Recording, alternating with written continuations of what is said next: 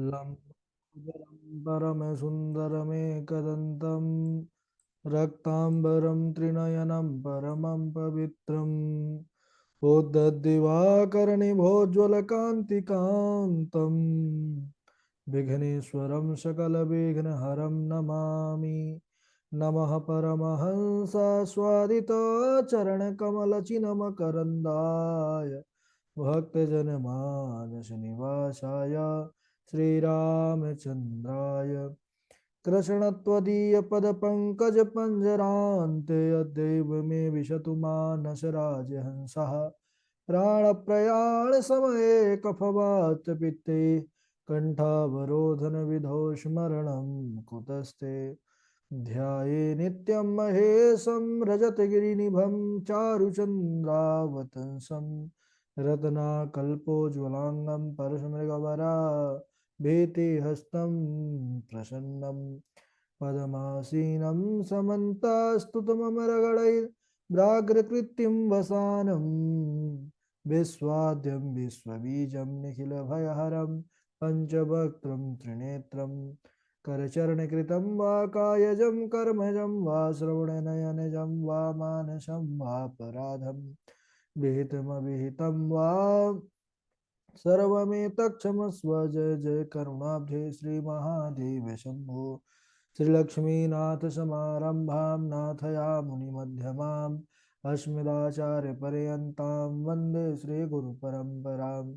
अञ्जनानन्दनां वीरं जानकीशोकनाशनं कपीशमक्षहन्तारं वन्दे लङ्काभयङ्करम्। भक्ति भक्त भगवंत गुरु चतुर्नाम वपुएक इनके पद वंदन किए नासत विघ्न अनेक। बोले वृंदावन बिहारी लाल की जय। श्याम सदा शिव भगवान की जय। पावन शिव महापुराण की जय।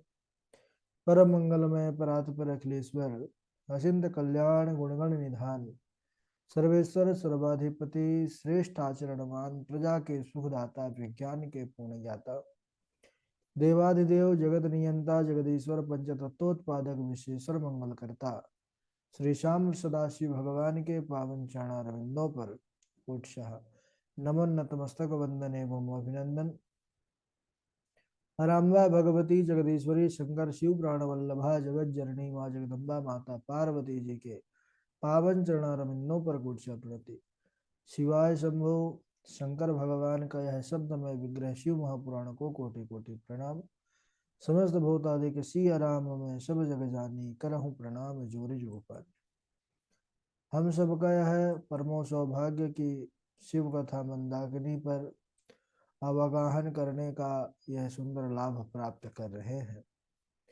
बड़ी ही पावन संहिता विश्वेश्वर संहिता पर हम सब भगवान शंभु के नाम की महिमा पर बने हुए हैं। शिव नाम की महिमा का वर्णन तो किया ही नहीं जा सकता। बोले कि जो भक्त शिव भक्त के शरीर पर भस्म हो, रुद्राक्ष धारण किए हो और मुख में शिव नाम हो तो कहते हैं उसका फल कहा नहीं जा सकता। उसका तो दर्शन ही समस्त पापों को विनष्ट करने वाला है। और इतना ही नहीं, बोले कि एक बार तो ब्रह्मा जी ने यह जिसके जिस शिव भक्त के शरीर पर यह तीनों उप युक्त थे, यानी तीनों धारण किए हुए थे, भस्म रुद्राक्ष और शिवनाम, और एक तरफ संगम त्रिवेणी का स्नान उन्होंने रखा। दोनों का फल जब तराजू पर रखा तो दोनों बराबर ही उतरे। तब से इसकी महिमा और भी बढ़ गई महाराज। तो इनको भी त्रिवेणी कहा गया है। शिवेति नाम दावाग्नेर महापातक पर्वता भस्मी भवंत नायास्य सत्यम सत्यम न संशय। तो इसमें जो है संशय नहीं है, यह त्रिवेणी का जो सेवन करता है उसका कल्याण हो जाता है। अच्छा, इस शिव नाम की इतनी बड़ी भारी महिमा है कि कहते हैं कि एक बड़ा पापी था राजा इंद्रद्युम्न, उसने इस नाम के प्रभाव से उत्तम सद्गति को प्राप्त कर लिया। तो भगवान के नाम की महिमा तो बहुत विशाल है, और कलिकाल में तो विशेष नाम की ही महिमा फिर रह जाती है। बाबा जी भी लिखते हैं, काल युग जोग न यज्ञ न ज्ञान, काल युग जोग न यज्ञ न ज्ञान, एक आधार राम गुण गाना, एक आधार राम गुण गाना। सब भरोस तजी जो भज राम ही, सब भरोस तजी जो भज राम ही, प्रेम समेत गाव गुण ग्राम ही। तो सोई भाव तर कछु संशय नाही, सोई भाव तर कछु संशय नाही, नाम प्रकट नाम प्रताप, प्रगट काली माही, नाम प्रताप प्रगट काली माही। तो इस कलिकाल में तो नाम की ही बड़ी भारी महिमा है। तो यह शिव नाम जिसके मुख में एक बार आ जाता है तो भगवान उस पर विशेष कृपा करते हैं। हम सब भागवत जी का भी अध्ययन किए हैं, तो भागवत में भी यही विशेष नाम की महिमा का गान करते हुए सुखदेव बाबा भी यही कहते हैं कि कलेर दोष निधे राजन, हस्तिये को महान गुण, कीर्तना देव कृष्णस्य मुक्त संगः परम व्रजे। हे राजन, कलिकाल यह तो दोषों का खजाना है, इसमें अवगुण ही अवगुण है, दोष ही दोष है। कलेर दोष निधे राजन, लेकिन अस्ति एको महान गुण है, एक बड़ा महान गुण है। बोले क्या? बोले कीर्तना देव कृष्णस्य मुक्त संगः परम व्रजे। केवल कीर्तन मात्र से, संकीर्तन मात्र से ही समस्त पापों से छूटकर जीव परमात्मा की प्राप्ति कर सकता है। इसकी महिमा यही है कलिकाल की। इसके बाद सूत जी महाराज ऋषियों से कहते हैं, जब उन्होंने पूछा कि महाराज यह भस्म जो आपने कहा कि जो शिव भक्त के शरीर पर भस्म रुद्राक्ष और शिव नाम होता है, तो भस्म की इतनी बड़ी भारी महिमा कैसे? तो सूत जी बोले कि हे महर्षियों, संपूर्ण मंगलों को देने वाला यह भस्म कहा गया है, यह बड़ा उत्तम है। उसके भी दो भेद बतलाए गए हैं, उन दोनों भेदों का वर्णन करते हैं। एकम गेयम महाभस्म, द्वितीयम स्वल्प संज्ञकम। एक को महाभस्म जानना चाहिए और दूसरे को स्वल्प भस्म जानना चाहिए। महाभस्म के भी, इनके भी फिर कई कई भेद बताए गए हैं। तो इसमें अनेक भेद है, 3 प्रकार के भेद जो श्रौत, स्मार्त और लौकिक भस्म के रूप में जाना गया है। तो कहते हैं स्वल्प भस्म में भी इस प्रकार कई प्रकार के भेद कहे गए हैं। तो श्रौत स्मार्त भस्म केवल द्विजों को ही धारण करने का विधान है, उपयोग करने का विधान है। तीसरा जो लौकिक भस्म कहा गया है, उसको सभी अन्य लोग भी उपयोग कर सकते हैं, धारण कर सकते हैं। श्रेष्ठ महर्षियों ने बताया कि द्विजों को वैदिक मंत्र का उच्चारण करते हुए भस्म धारण करना चाहिए। दूसरे लोग बिना मंत्र के भी भस्म धारण कर सकते हैं, लेकिन ब्राह्मणों को तो चाहिए कि मंत्र का उच्चारण करने के बाद ही भस्म को धारण करें, क्योंकि यही वेदों का उपनिषदों का भी सार है। भस्म और त्रिपुंड जो धारण करता है वह भगवान शिव का विशेष प्रिय रहता है। और कहते हैं कि जो इनकी निंदा करता है भस्म त्रिपुंड की, वह ब्रह्मा की आयु पर्यंत काल तक घोर नरक पर उसको कष्ट मिलता है, बड़ी यातनाएं मिलती है। तो जो भस्म त्रिपुंड आदि धारण करके फिर भगवान शिव का जाप करता है, उनका पूजन करता है, उनका होम करता है, तो बोलते उससे विशेष फल की प्राप्ति होती है और आत्म शुद्धि होती है। और रुद्राक्ष, रुद्र, क्योंकि शिव जी की महिमा सुन चुके नाम की, भस्म की, अब रुद्राक्ष, बोले रुद्राक्ष यह भी साक्षात शिव का ही स्वरूप है। सौनक जी पूछते हैं ऋषियों ने सूत जी महाराज से कि हे महाराज, यह रुद्राक्ष भगवान शंकर का इतना प्रिय कैसे हुआ, और इस रुद्राक्ष के द्वारा भगवान शंकर जो है, अगर रुद्राक्ष की माला से जप करे तो भगवान शंकर विशेष प्रसन्न होकर के समस्त पापों को विनष्ट करते हैं, तो इसकी महिमा सदा शिव ने इतनी क्यों कही है। तो बोले रुद्राक्ष की कथा तो बड़ी महाराज सुंदर है, इसको एक बार सदा शिव ने ही मैया पार्वती से सुनाई थी। तो पार्वती जी से जो सदा शिव ने कहा था उसी को हम सब सुनते हैं। सदाशिव एक बार जब बैठे हुए थे,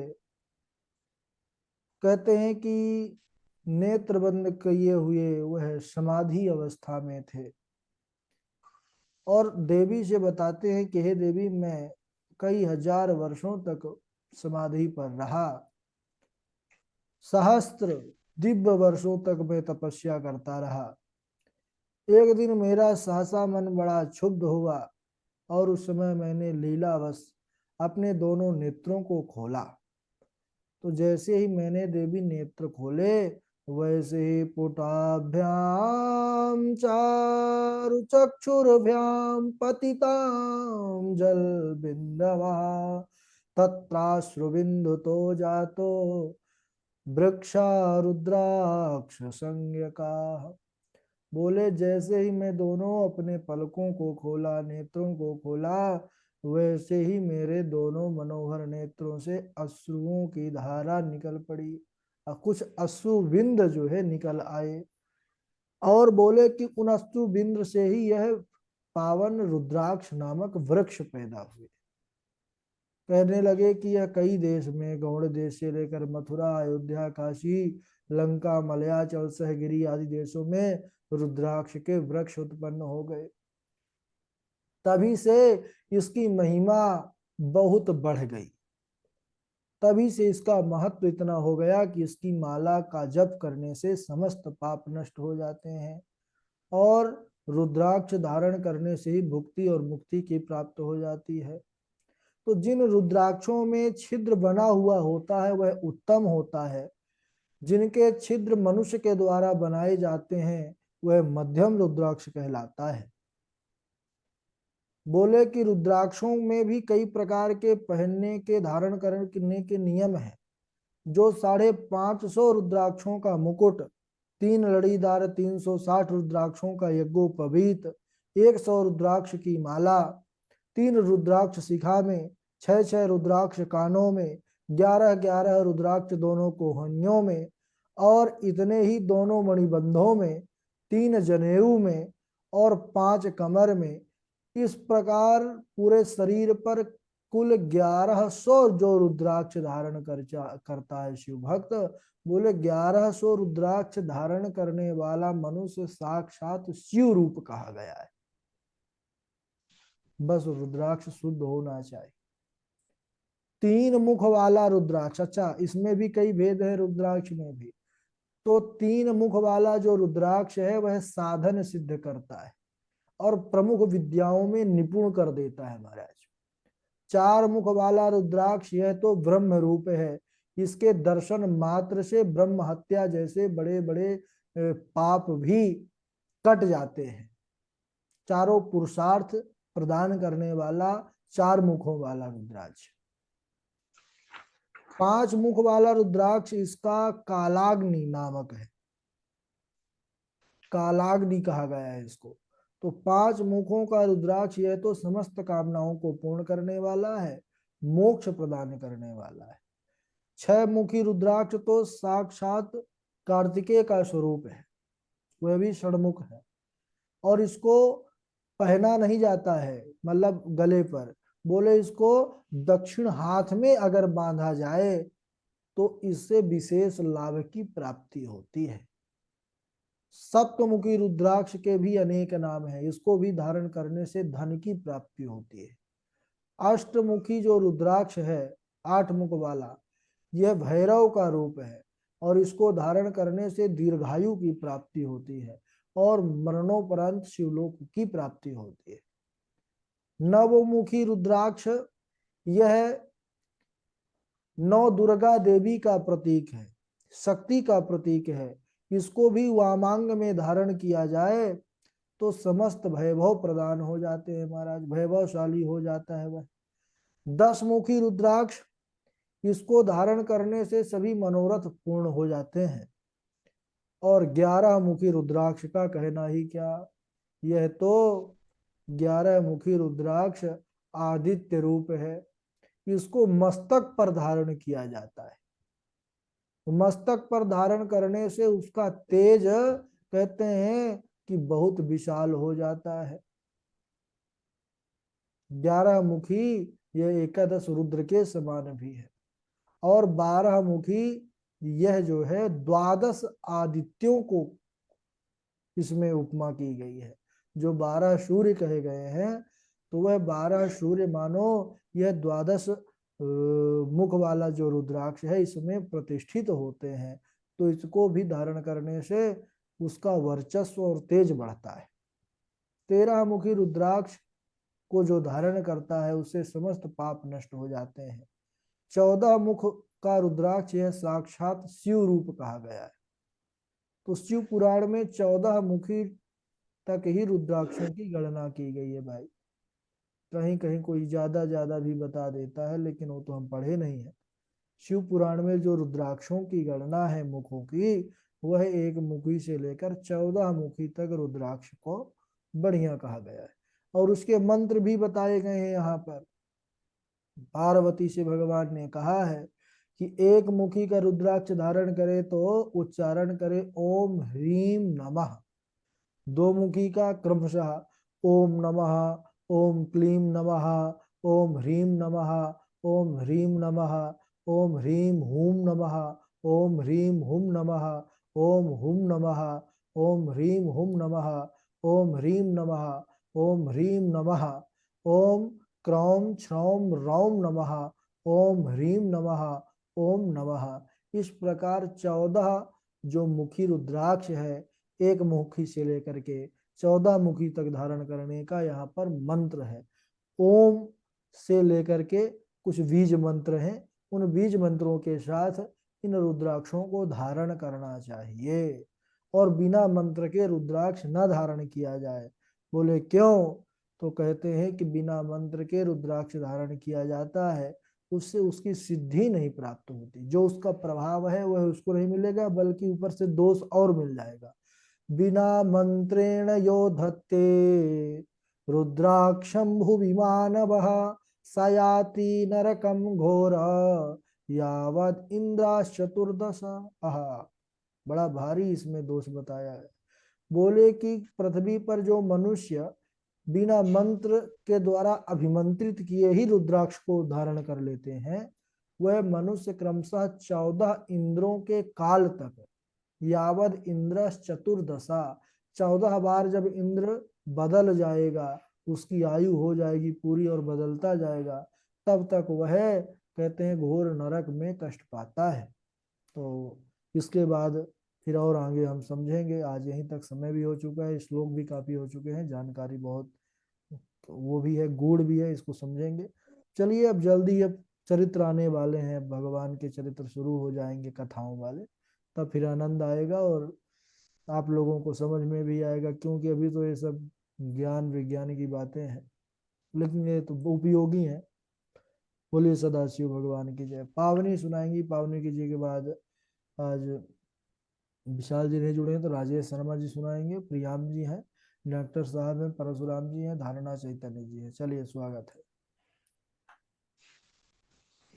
राधे राधे गुरु जी। सुनाइए। कृते रत्नमयं लिंगम त्रेतायां हिम संभवम द्वापरे पारदं श्रेष्ठम पार्थिवं तु कलौ युगे यथा नदीषु सर्वेषु ज्येष्ठा श्रेष्ठा सुरापगा तथा सर्वेषु लिंगेषु पार्थिवं श्रेष्ठमुच्यते आग्राह्यं शिवनैवेद्यं मिति पूर्वं श्रुतं वचः अन्यदीक्षां युजां निरां शिवभक्तिरतात्मनां महादेवस्वरूपोऽयं बिल्वो देवारपि स्तुता शिवेति नामदावाग्नेर्महापातकपर्वता भस्मीभवन्त्यनायासात् सत्यं सत्यं न संशय। राधे राधे गुरु। जी राजेश जी सुनाएंगे। गुरु जी प्रणाम। सुनाइए। हाँ गुरु जी प्रणाम। जय श्री राम। आवाज आ रही गुरु जी? हाँ बढ़िया आ रही है, बढ़िया आ रही कृते रत्नमयं लिंगम त्रेतायां हेम संभवम द्वापरे पारदं श्रेष्ठम पार्थिवं तु कलौ युगे यथा नदीषु सर्वासु ज्येष्ठा श्रेष्ठा सुरापगा तथा लिंगेषु पार तथा लिंगेषु पार्थिवं तथा सर्वेषु लिंगेषु पार्थिवं श्रेष्ठमुच्यते। हाँ गुरु जी बस प्रणाम। है। हाँ जी ठीक है, प्रियाम जी।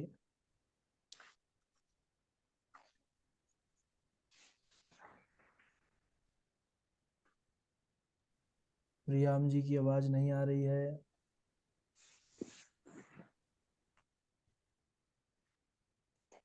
प्रियाम जी। राधे राधे आचार्य जी। हाँ हाँ, धारणा चैतन्य जी। कृते रत्नमयं लिंगं त्रेतायां हेमसंभवं द्वापरं पारदं श्रेष्ठं पार्थिवं तु कलौ युगे यथा नदीषु सर्वासु ज्येष्ठा श्रेष्ठा सुरापगा तथा सर्वेषु लिंगेषु पार्थिवं श्रेष्ठमुच्यते अन्यदीक्षायुजां नॄणां शिवभक्तेरतात्मनाम् आग्रयं शिवनैवेद्यम् इति पूर्वं श्रुतं वचः महादेवस्वरूपोऽयं बिल्वो देवैरपि सुतः शिवेति नामदावाग्ने निर्महापातकपर्वता भस्मीभवन्त्यनाय नायासा सत्यं सत्यं न संशयः। राधे राधे आचार्य। बहुत बढ़िया। ठीक है, इनके बाद प्रियाम जी। गुरु जी आवाज आ रही है अब आने लगी। अच्छा ठीक है। कृते रत्नमयं लिंगं त्रेतायां हेमसंभव द्वापरे पारदं श्रेष्ठं पार्थिवं तु कलये यथा नदीषु सर्वासु ज्येष्ठा श्रेष्ठा सुरापगा तथा सर्वेषु लिंगेषु पार्थिवं श्रेष्ठमुच्यते अग्रहां शिवनैवेद्यमिति पूर्वं श्रुतं वचः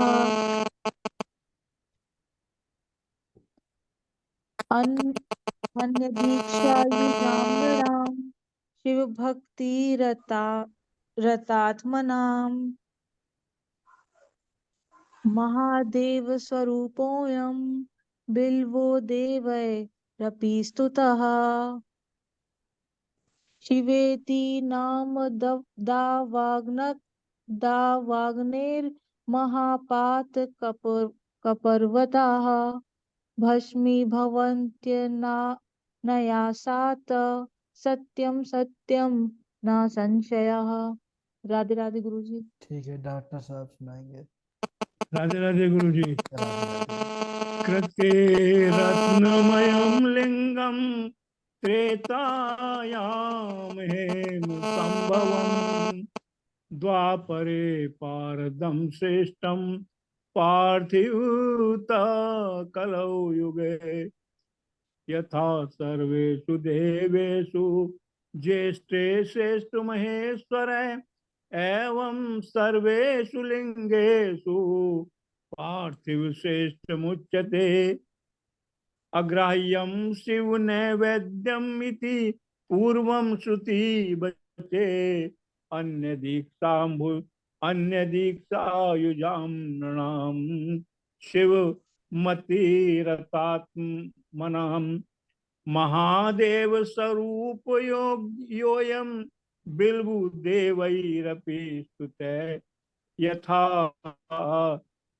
कथाञ्चिदेतस्य महिमा ज्ञाते कथं शिवेति नाम दावाग्ने महापातक पार्वता पर्वता भस्मी भवन्त्या नाया सात सत्यं सत्यं न संशय। राधे राधे गुरु जी। ठीक है, परशुराम जी।